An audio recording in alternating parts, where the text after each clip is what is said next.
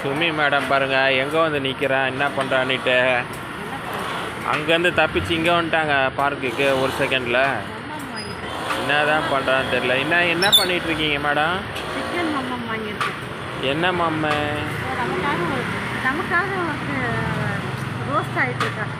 ஓ grill சிக்கனா? பாரு பா, ஒரு கோழி வாங்க வேண்டியது தானே? அரை கோழி வேணாம், ஒரு கோழி வாங்க.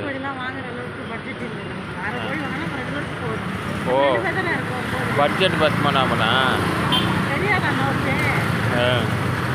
எவ்வளோ கோழி ஒரு கோழியா? 360.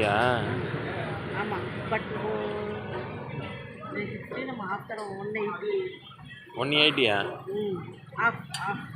Okay okay. இது மைனஸ் எல்லாம் கேளுங்க, நல்லா இருக்குதா? கேட்டிருக்கியா மைனஸு? நல்லா அப்படியே வச்சு லெக் பீஸாக கட்டிக்கணும். இன்றைக்கி ஒரு கடிச்சு அப்படியே ஒரு புடி கோழி 65. இன்றைக்கி சாப்பிட்றதே சரி. மேடம் எங்கே போய் நின்னாலும் கேம் ஆடிக்கினே இருக்கீங்க, என்ன தான் கதை? எப்போ பார்த்தாலும் கேமுன்ட்டு கேம்ஸ்லேயே அலையுது. நிற்கிற இடம்லாம் கேம் ஆடின்னு இருக்குது.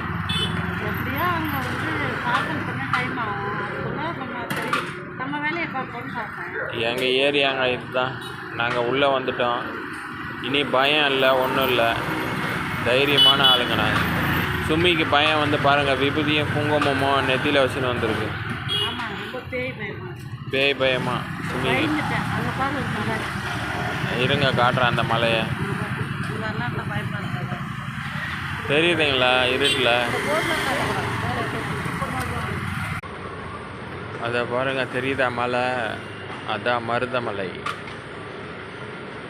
அந்த மலை மேலே தான் நாங்கள் போக போகிறோம் இப்போ வண்டி எடுத்துக்கணும்.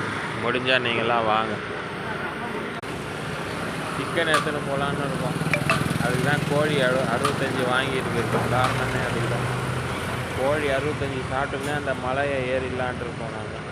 யாருக்கு கோழி 65 பிடிக்குமோ, ரெண்டாவது இந்த மலையை பிடிக்குமோ, கூட வந்துட்டிங்கன்னா ஒன்றா ஜர்னி பண்ணிடுங்க நடந்து. ஓகேயா? ஓகே. மலை மேலே பாருங்கள் ஒரு லைட் எரியுதா?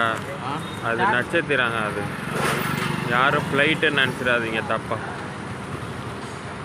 இந்த ஒரு இடத்துக்கு நைட்டு 12 மணிக்கு போனால் அந்த மலை மேலே எவ்வளோ த்ரில்லிங்காக இருக்கும், செம்மையாக இருக்குங்க. டாட்டா பாய்.